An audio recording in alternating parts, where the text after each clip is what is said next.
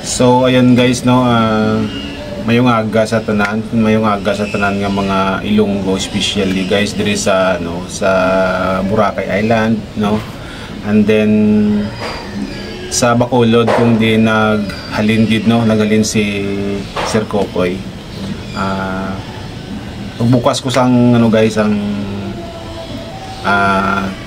Facebook, bao siya kita yun ang nagbungad sa akon guys nga nga wall na muna gani na disgrasya siya kag way gid siya kaluwas sa iyang pagkadisgrasya kag daw masobra gid ka lain sang tama guys no sang iyang pagkadisgrasya no, gina sang mga agahon mga lawog na siguro to. So isa ka subo nga balita para sa mga taga Boracay guys nga kundin si Kokoy isa sa mga foundation sa mga kantahan no pag-abot diri sa Boracay, especially sa iyang mga ginatugtog ng mga reggae no, isa sa pinaka best reggae nga singer diri sa Pilipinas no. Napaka kasubo nga mabalitaan nga disgrasya siya then na siya na wala siya kaluwas guys no.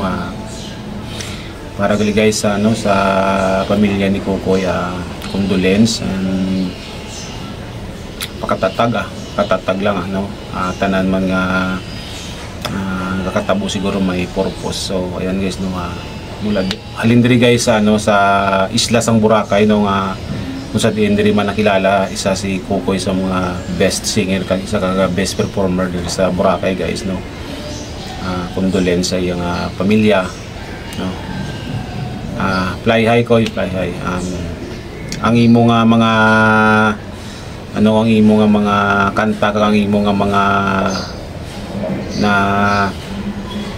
tawag siniyo contribute sa musika sang Pilipinas, kung lang sa Pilipinas sa bilog nga kalibutan na hindi na siya madula ganyan.